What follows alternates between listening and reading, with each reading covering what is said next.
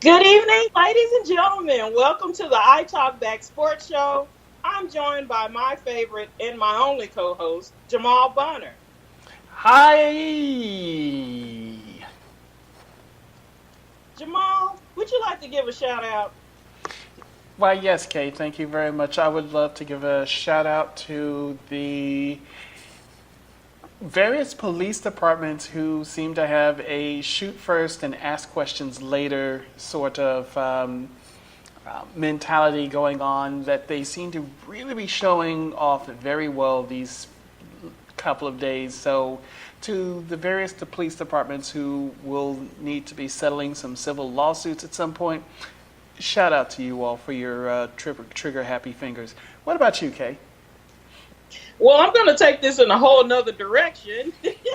So I would like to give a shout out to my friends across the U.S. who have been very hospitable to me over these last couple of months. Thanks, you guys. You're the best.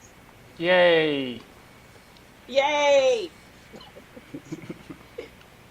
So, there are a number of things that we want to talk about, and what we're going to do is there are some things we're going to come back and talk about next week, actually. And so they include the actual picks and our thoughts from the NFL draft, NFL free agency signings, as well as comment on the NBA draft lottery. So sorry to you, Knicks fans, but that'll be next week. And this time, we want to at least kick off with a little discussion about the NBA playoffs, a quick little recap. Any surprises or disappointments for UK so far in this NBA playoffs? Well, Jamal, I know that you are not a LeBron James fan, even though he's on your team. But to me, the playoffs are just okay because he's not in it. So, as far as another surprise, which maybe you can actually agree with, Mm-hmm. is the play of the Boston Celtics. Oof. Mm-hmm. Last year they were, very energetic. They scored a lot. They got on runs. They were able to close out games. Mm-hmm. And I just felt that was something that I was going to get another taste of this year. Mm-hmm. And I'm still waiting. I'm still waiting on it. You're going to have to wait a little bit longer since they managed to get themselves eliminated by the young upstart Bucks. I, too, was very surprised. It was really, they go hand in hand with the Rockets because what I recall at the beginning of the season is everyone said that they were going to be meeting in the NBA Finals, the Rockets and the Celtics. Everyone look out. And the Celtics just, they couldn't get it together. And the same thing for the Rockets. The Rockets were... The Rockets, I am a Lakers fan through and through, and I have no love lost for any of the teams in Texas, but I just cannot get over the fact that the Rockets sat there and keep laying these eggs over and over again when time comes to actually win a championship or try to win a championship. And that they were supposed to win. They were supposed to win, and they lost on their home court without KD even stepping foot on the court, convincingly. So I'm done. I'm done. So I would say the other big surprise is I honestly thought that Philadelphia was going to win that series against Toronto, and they lost a series that they honestly I felt should have won. Especially, I honestly, you and I talked about it before the show, and I know that all the talking heads have said the same thing. I felt the same thing. Philly had more talent. They genuinely did. But in Game 7 specifically, I'm not even going to bother about the other 6 games, but you have Joel Embiid, who shot 6 for 18, and the team as a whole finished 9 for 27 from the three-point line. And that you just go down the list, even though they shot 43% to Toronto's 39%, it was still a matter of you just needed to shoot better. Toronto was a bad shooting team, and yet you couldn't close out. So I'm really surprised Yeah, that was the case.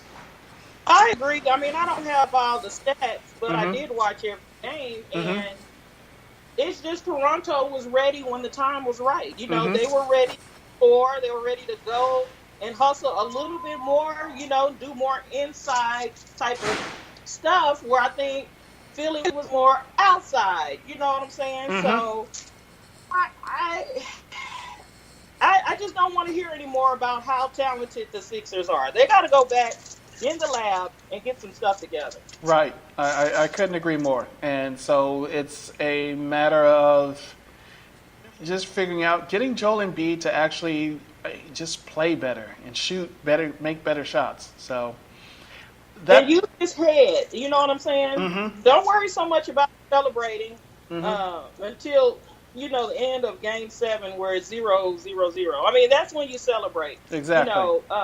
You celebrated so hard, you came back the next game, and I guess you're a little tired Mm-hmm. because you played that way. So Yeah. I'm looking for more from these boys. I'm looking for Ben Simmons to make another appearance. You know Mhm. what I'm saying? Maybe show up for 2 playoff games next time Yeah. if they go back to the playoffs. Yep. Yeah, I mean, because I watched him just stand around like the ball was just going to come to him, and it just does not work like that. You have to hustle for that. Right. Exactly. So, as we now have reached the Western Conference and Eastern Conference Finals, do you have any predictions on winners for the series? Absolutely not. The way these playoffs have gone, I dare not to say anything because nothing is certain, really, with these people that have not made an appearance, in a while. Mm-hmm. So, yeah. Yeah. I'm gonna go out on a limb, and I'm gonna take the Bucks over the horrible shooting Raptors, and I'm gonna go with that in 6, and I'm gonna go Warriors in 5 over the Trailblazers.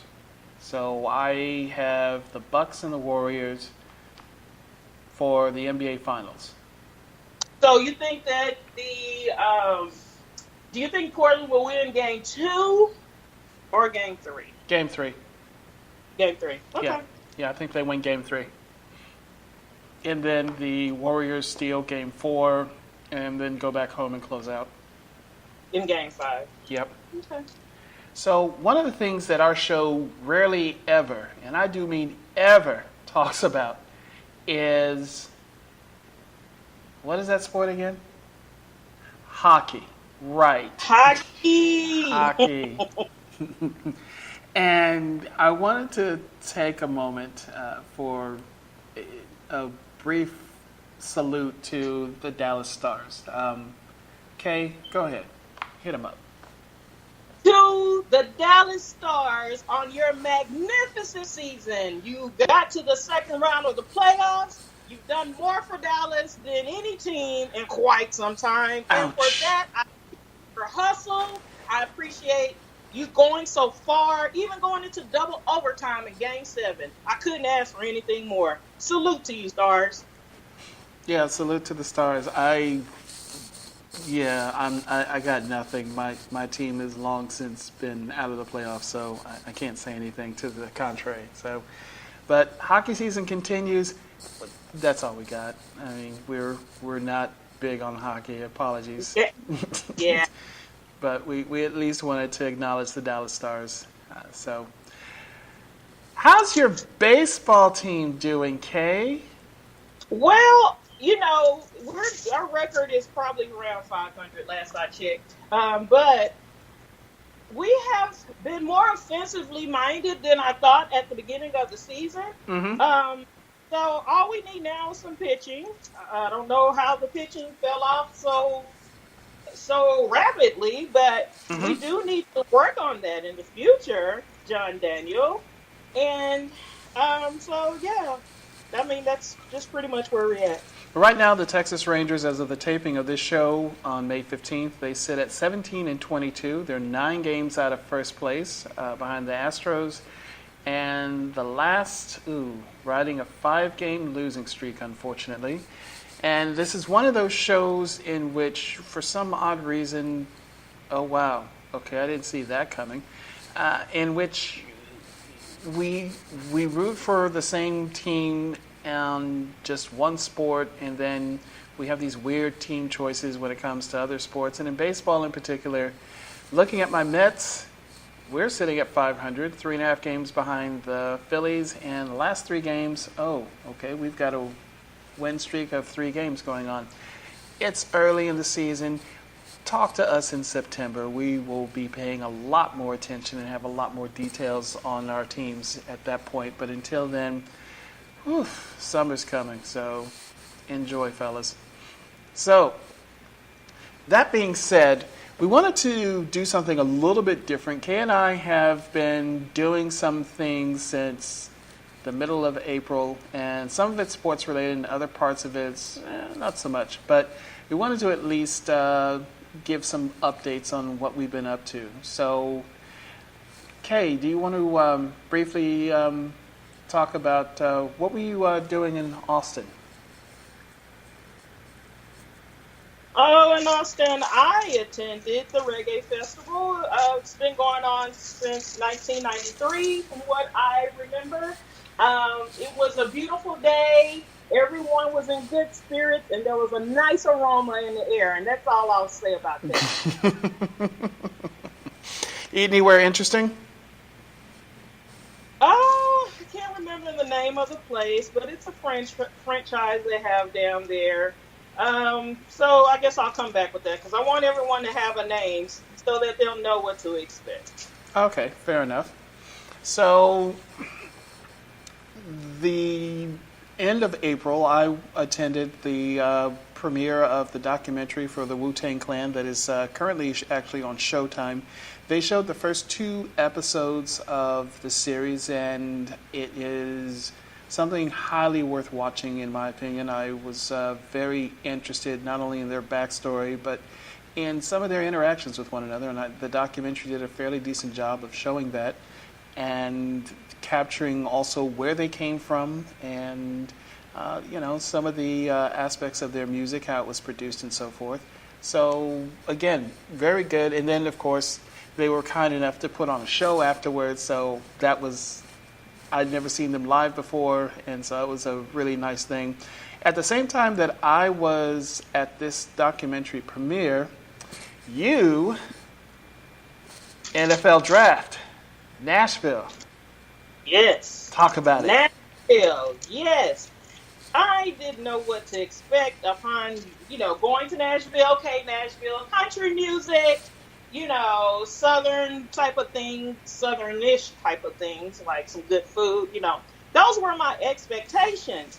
Now, let me tell you, this draft is unlike any one that I've been to previously because it was a huge, huge attendance there. Mm-hmm. And they had the perfect place. I mean, it was right on downtown where there were plenty of bars, okay? You can go out and drink your drink and do whatever you wanted to do. It was a really, really good setting for the NFL draft.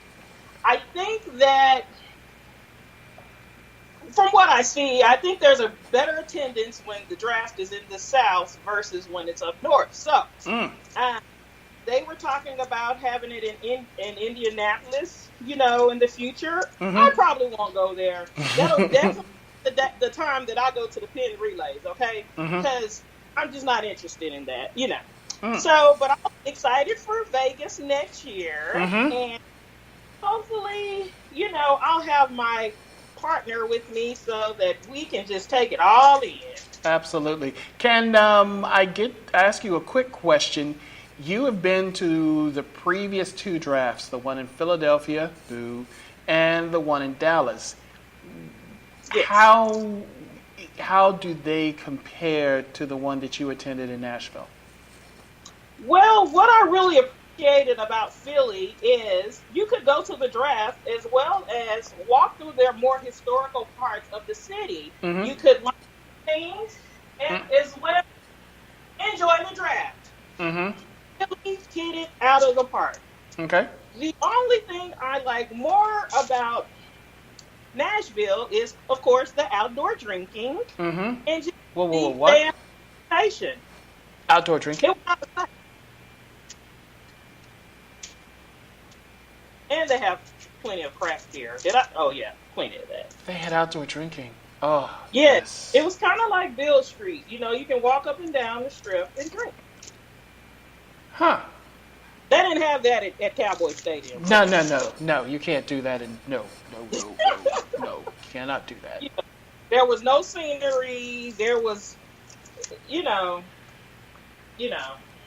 That's all I'll say about that. Would you have put the draft in downtown Dallas if you had a do-over, or where would you have put it in the Dallas area for more bang for the buck?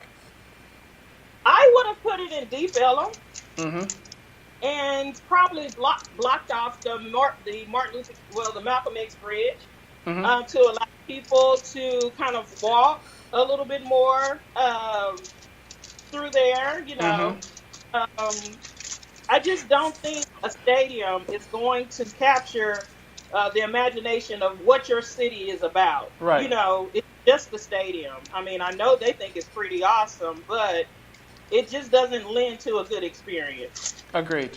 I would have rather them had it downtown Fort Worth than to have had it at Cowboy Stadium. Right. That makes sense. Okay. Yeah. That makes sense. So after the draft, Endgame came out. You got a chance to see that, right? Oh, no, still haven't seen it. Sorry. Okay. So what we will do is put a pin in that. We'll come back to that at another time. Let's move on to something that you and I have been... Let's talk about something else first. Let's talk about your past weekend and our traipsing about New York City.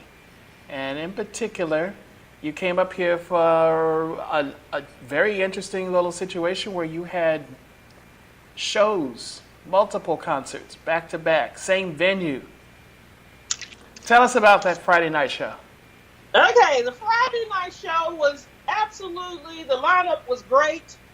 Joe, Monica, Raheem Devon, the great Raheem Devon, and also Jaheim, you know, and Ashanti. You know, we could have probably dealt without without her. But so, and Avant. So it was a very good show. The only thing about it, you know, this is the second time that I went to a Jaheim concert and the audio has failed. So I don't really know what I got to do in order to get the venue to properly have some type of equipment to give us a great show. I don't know what I got to do. Yeah. So, but yeah. So the Friday show was great. Okay. All right. And the Saturday show. Talk about it. So let me just say this. I'm 43. You know, I can go out one night, go to a show, go to a concert, you know, go to the club, go to bed at 5 a.m., get up the next day and get out again, and then go to another concert. That I do. I know my limitations now, and I won't put my body through that again. Gotcha. Yeah. So. Gotcha. Yeah. I cheated on you. That I did not go to the Friday show, and that the day Saturday where we hung out, I think I had one alcoholic beverage the entire time, pacing myself for the eventual ride back over to New Jersey. So one drink? Oh my God! One drink. That's all I had. It was somewhat intentional. Yeah. So, I like I said, I kind of cheated you. I did not intentionally try to keep up with you, and as such, when the show came around and the air conditioning got kicked up to full blast during Erica's, let me back up.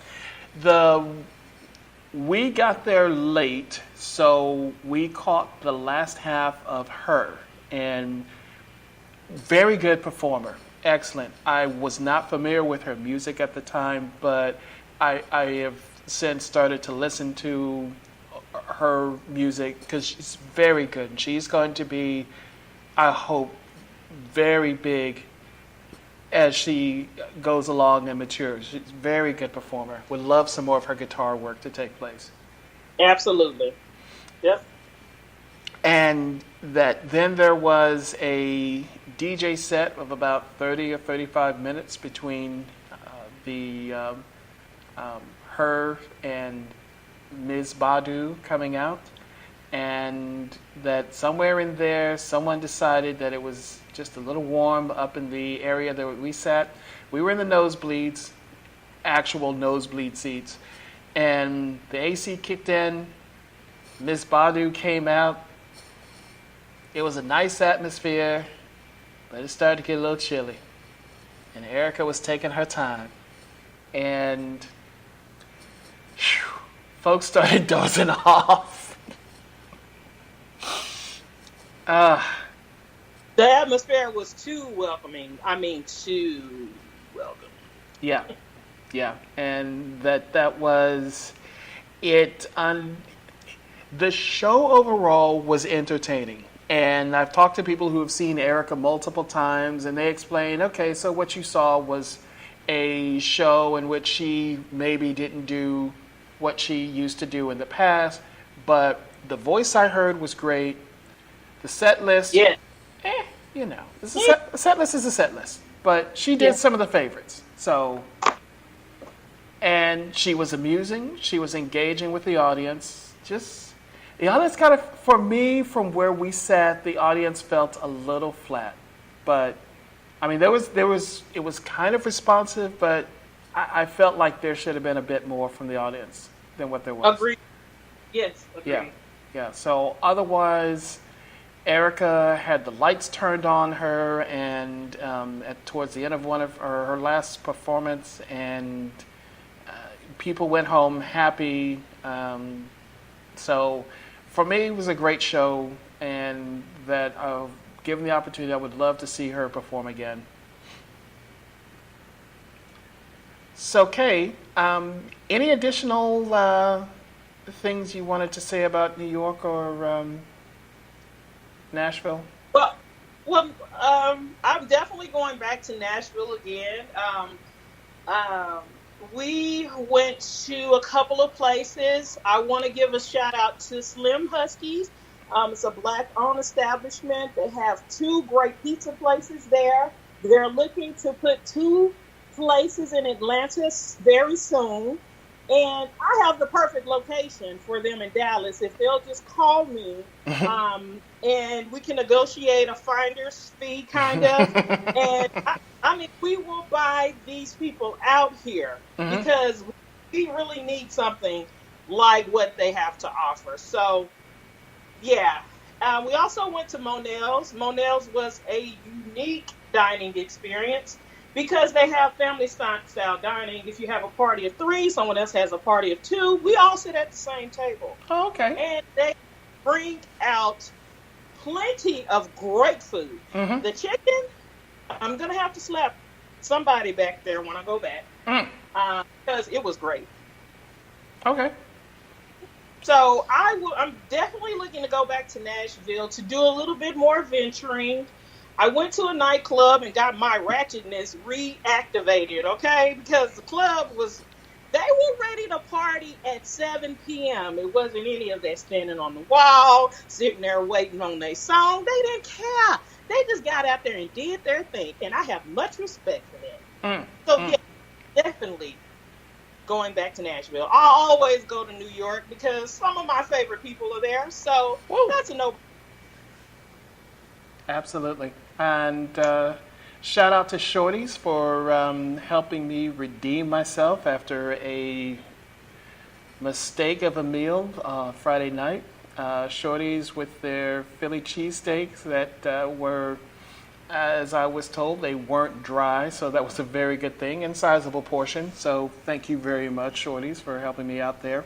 And to Morgan's Barbecue on Flatbush and St. Mark's in Brooklyn, that just some simple smoked chicken wings. just it saved the day for me once again. So shout out to Morgan's Barbecue. Thank you very much. I will admit neither of these are black owned, but in this particular instance, I'm going to get away with one. Great job. Thank you, ma'am. Thank you. So I saved the best for last. I want to talk about Game of Thrones. And what I would like to do, since we've both been watching it, is up until this past Sunday, what have been your thoughts about the show? Okay, I would like to let the audience know that you and I have watched this series differently. Yes. I've waited to the 5th season to watch the show, Mm-hmm. and I've watched the show 2 times. I mean, the whole entire show twice. Mm-hmm. So I can't really. It's a lot to take in because I think there's so much so fast, you know. So it's really hard for me to even digest everything that's happened because of the way I've watched the show. So I might just have to watch the first of season 8, you know, just to kind of get the rhythm of which I've watched the show in the past. I mean, a lot of people are not satisfied with everything that's going on. So I think that you could better kind of explain your disappointment.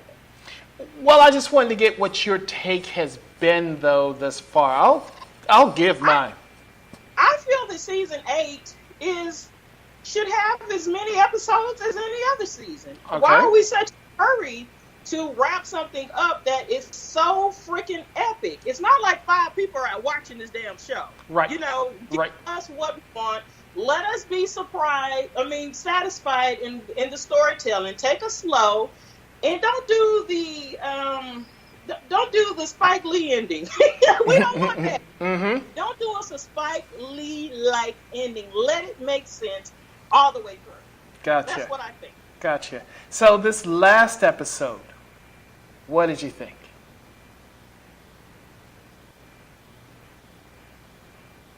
With the last episode, I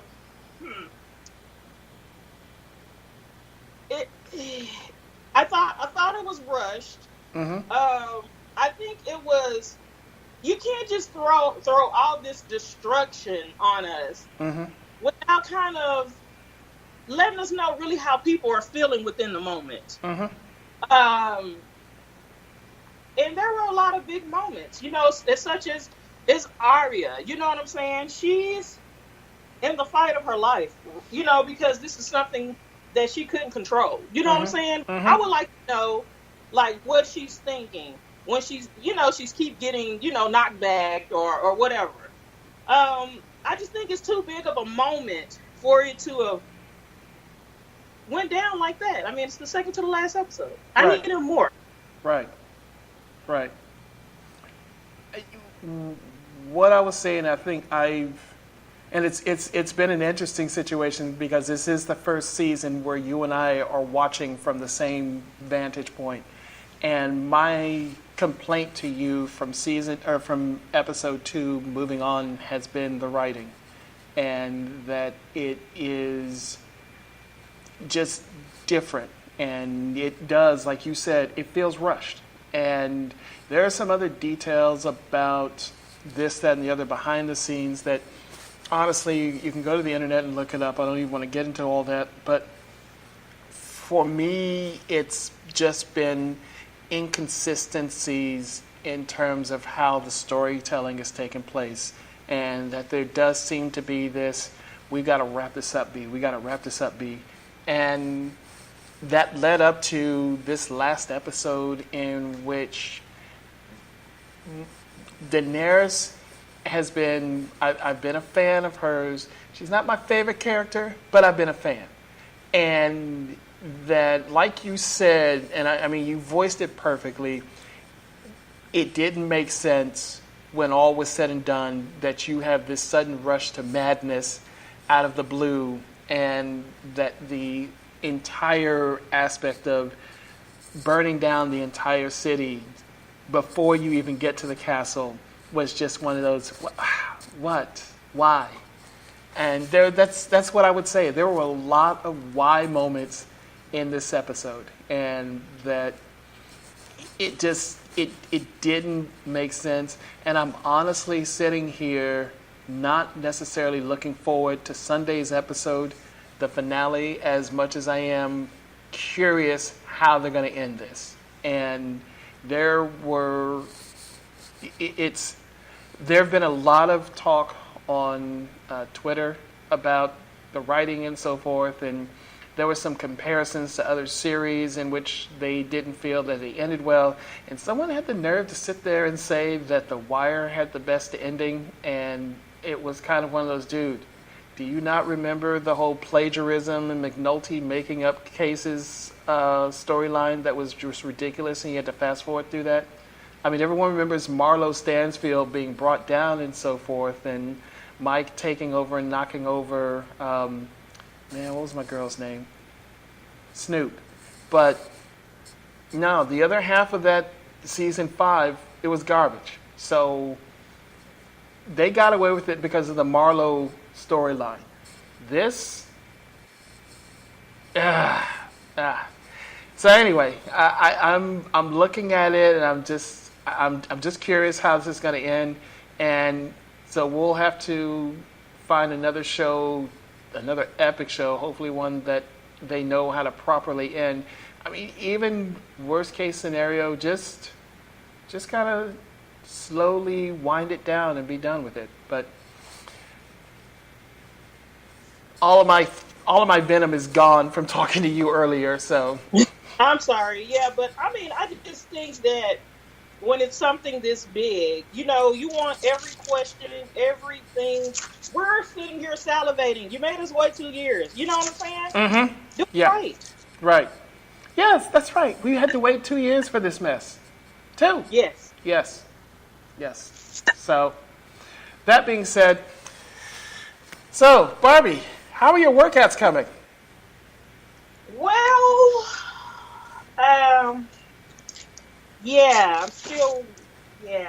we're still working on getting back to the gym. Okay. So and the beach is going to get whatever body I give it to. There you go. So, there you go. That's it. You tell them. Tell that beach. It ain't nothing I can do about it now. Beaches in 6 weeks. You know what I'm saying? So. Gotcha. Well, Kay, it's been real. Thank you very much. And we will. I'll hit you up next week and see if we can try this again. Thanks, Jamal. All right. You have a good evening. Bye, y'all.